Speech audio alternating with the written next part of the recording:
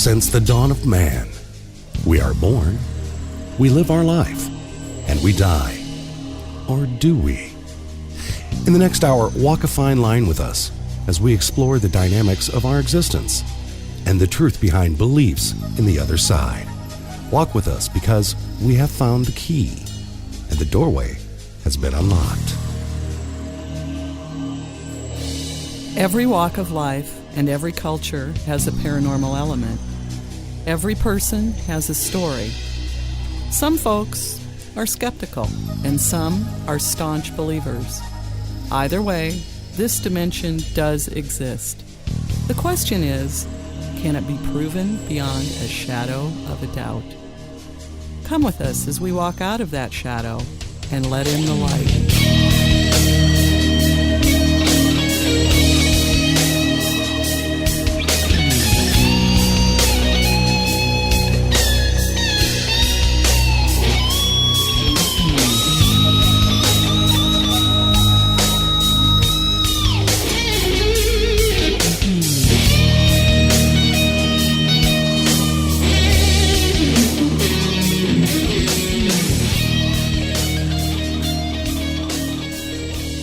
Good evening, I'm Sean Halpenny.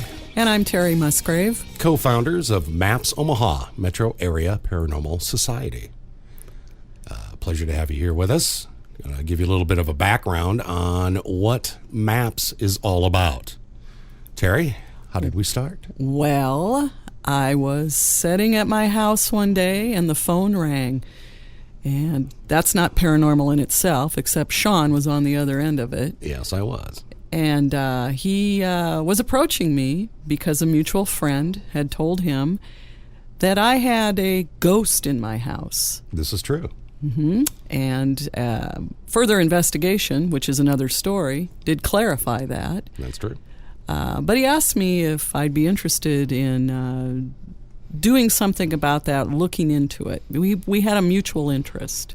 That's true, we did. Definitely had a mutual interest. My background is I've been a sound engineer for over 25 years now and was studying for a book, actually, that I'm pinning, The Great American Novel, which eventually I'll write. But anyway, studying online and ran into EVPs, which are electronic voice phenomenon. It's recordings of audio of disembodied whatevers. And this works out well for us because Sean likes to listen and I really like to talk. So the partnership was formed. Yeah, it was. And it's worked out amazingly for the last 2.5 years or so. We've been studying all places here in Omaha and the area. And we found a lot of stuff that, we're going to be playing a lot of that coming up here on the show. And let you guys decide. And we're going to open the phone lines here in the next, after the first half hour and see how that goes. And I'd like to add, it's been a real privilege meeting people that approach us with a story.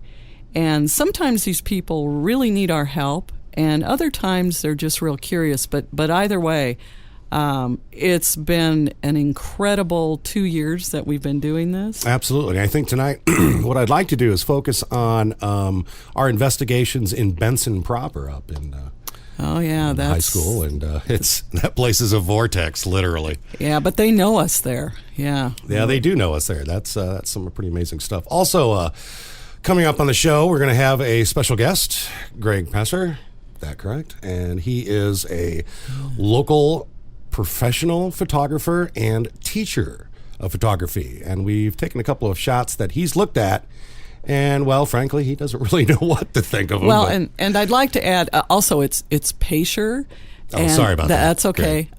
He's actually my best friend and the biggest skeptic in the world. Yeah, this is true. Which we've had a few heated discussions, but all in a friendly manner. All in a friendly, yes. But it's an element that exists. There's always going to be the person who says, show me the money, basically. And that's exactly what we want to do. We want to prove beyond a shadow of a doubt that the evidence that we collect is without question. And that's where he really puts us to task. I've also got a couple of theories that Terry and I have gone through. One of them is the origins and existence of EVPs and near-death experience as it relates to quantum physics, and that'll be something we'll touch base on. It's a little bizarre, so keep an open mind. Definitely different. And I'd like to add, and as you listen to our program and get to know us better, you'll understand that Sean is the tech head, and I am definitely the tech with the dragon tattoo. So we know our place, know our role. So we're waiting to hear from you. Well, like most guys, I like to play with the toys. I can't help myself. So I'll tell you what. We're going to talk about some of the EVPs we got from Benson when we come back. You're listening to The Doorway.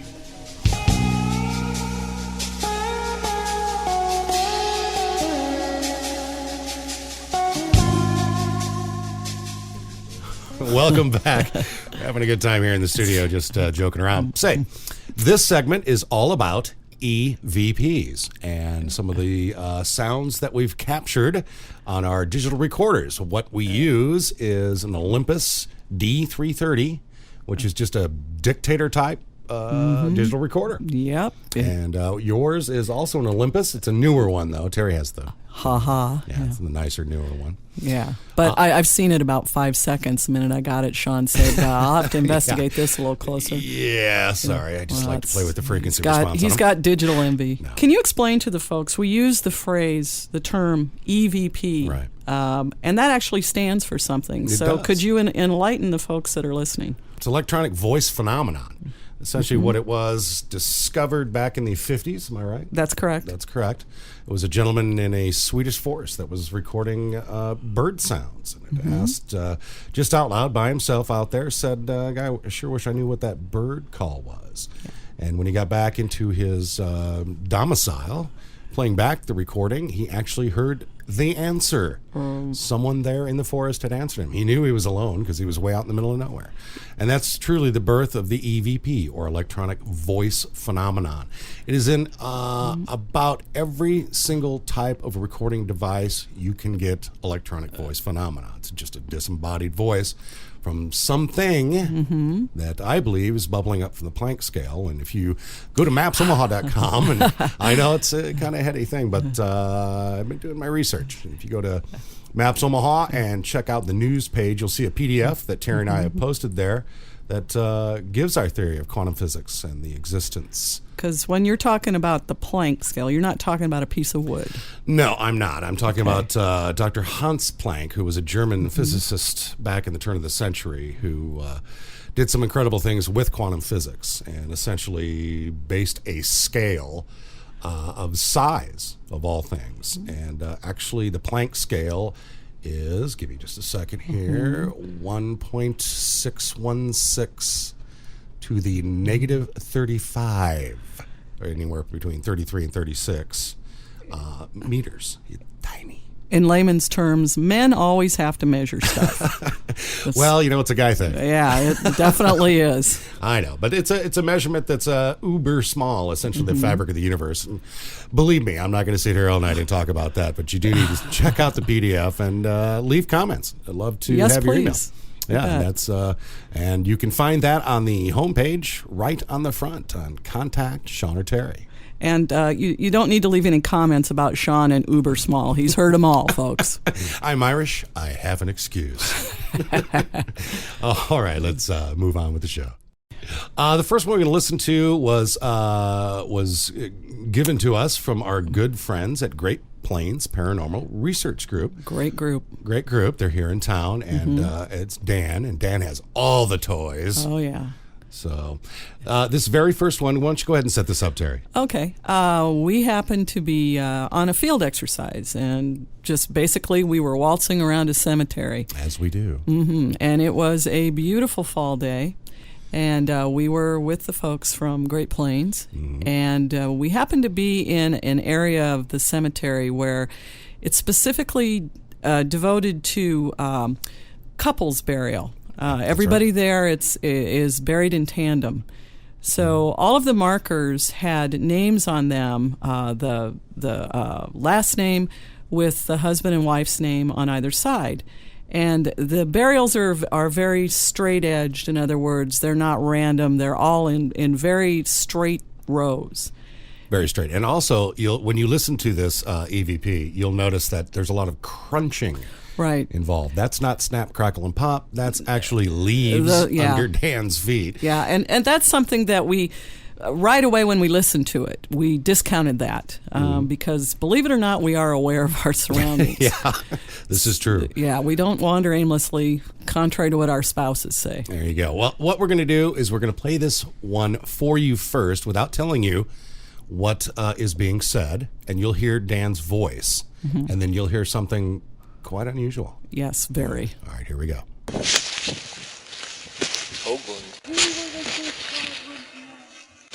Watch him. Wow. All right. I'll tell you what. It's a little tough to hear. Yeah. But hey, we're on radio. Turn it up. So here's what we're going to do. We're going to play it again, and then right after that, we'll discuss what the EVP actually says. So listen up. Here we go. Oakland. Watch him. Okay, folks. All right. What you just heard was either a small child or possibly a female voice. Either way, you can tell it's a high pitch, younger voice. Yeah.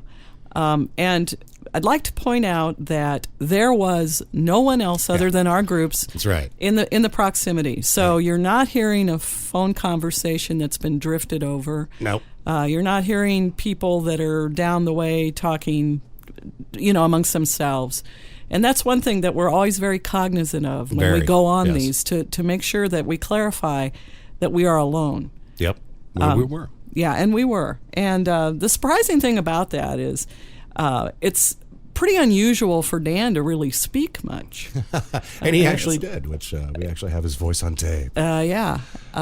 Well, you heard him say Copeland. He was reading the markers. Right. He was actually, as he was walking, he was reading off the names of these people. And well, the voice, should I tell them what we think it says? Sure, go ahead.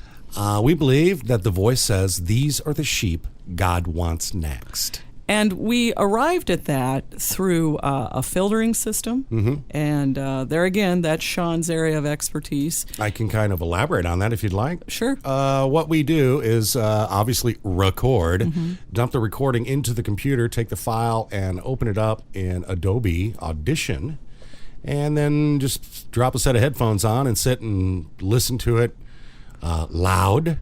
Well, also, I'd like to point out that my partner here hears like dogs smell. In other words, some dogs smell bad. That's not what I'm driving at, Sean. Although I've been told. Well, that's another radio show. Oh, okay. But his hearing is extremely acute because of his profession.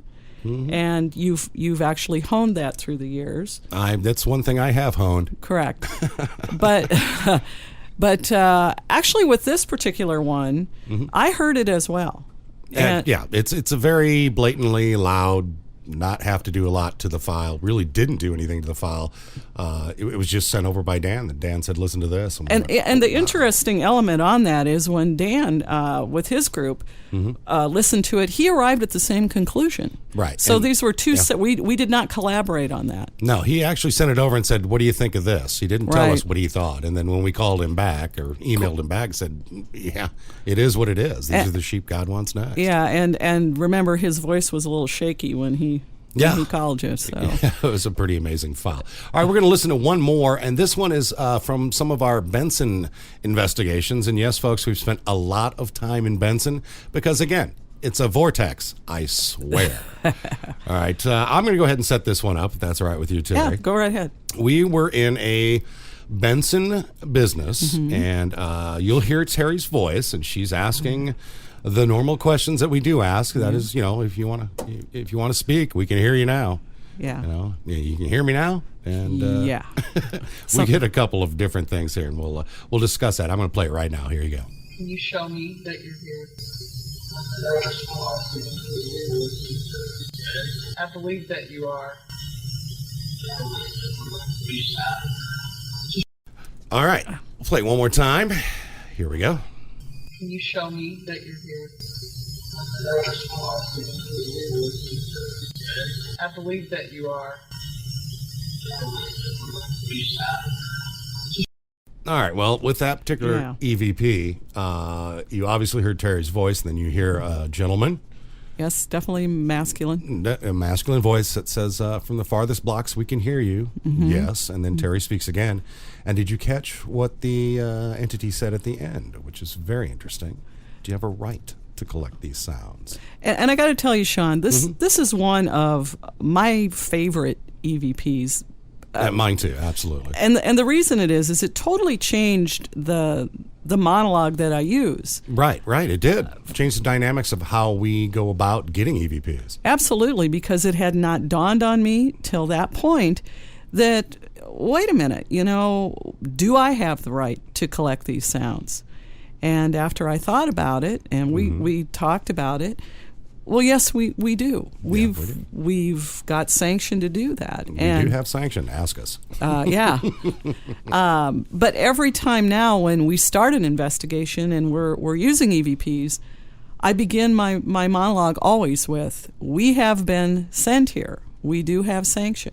Yeah, we've been asked to come, and we have sanction to do this. So if you want to speak now. Correct. All right. Well, with that, we're going to take a break. We'll be back with special guests, Greg I could do it. I could never do this. Greg Pacer. Say it together, boys and girls. Greg Pacer. Professional photographer and resident skeptic.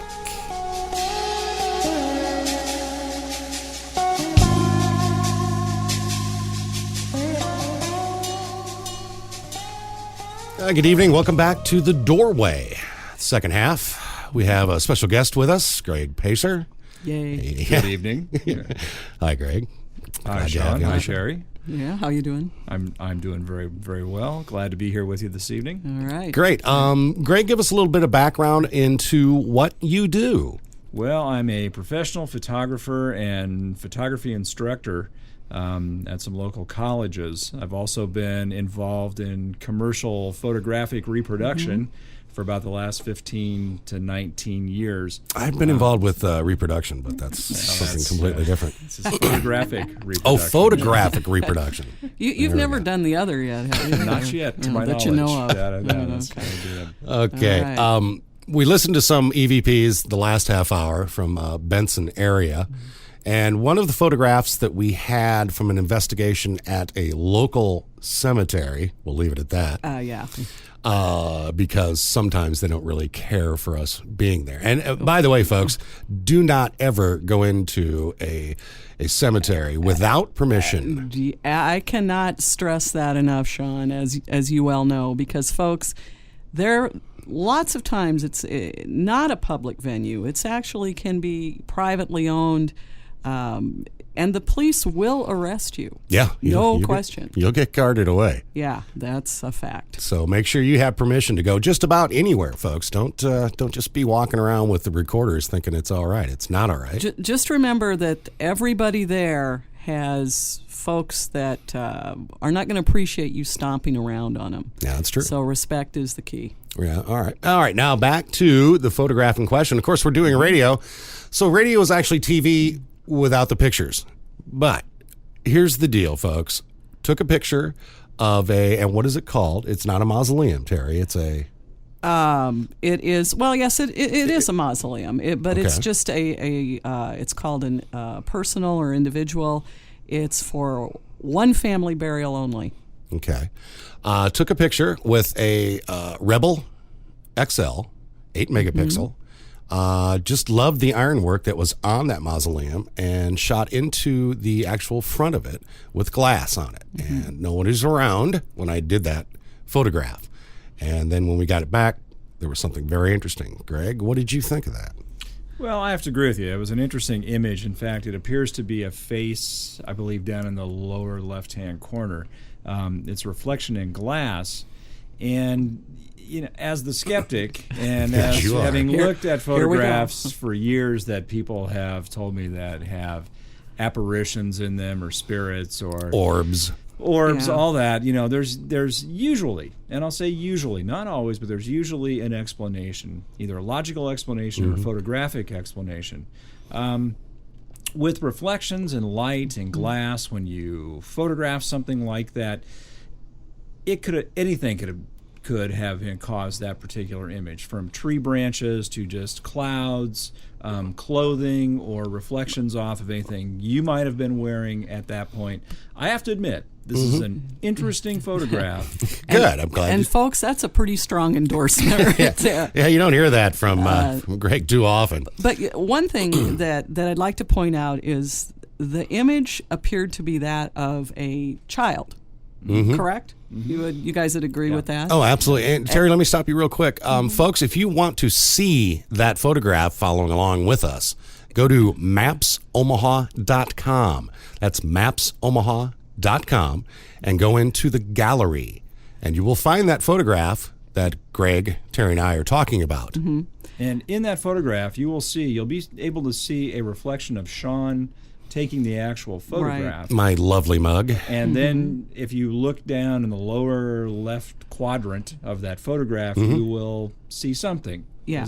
Is it a face? Is it a reflection of flowers? It's a little girl. The interesting element of this picture for me is in this particular mausoleum there are actually 3 crypts, and one of them does contain the body of a little boy. And to get a picture of a child, as we happen to be photographing a mausoleum containing a little boy, to me, that's beyond coincidental. It's very much beyond coincidental. And folks, seriously, I urge you to go to mapsomaha.com and look at that photograph. Because when I found it, I was sitting in my underwear at about 11 o'clock at night and couldn't speak and ran out of the room and went, that wow. paints a picture. Well, I know. Thankfully, we do not have any photographs of that. No, we don't. And we're going to be going to the phone lines here pretty quick. So I'll tell you what, we're going to take a quick break. We'll be back in just a moment. You're listening to The Doorway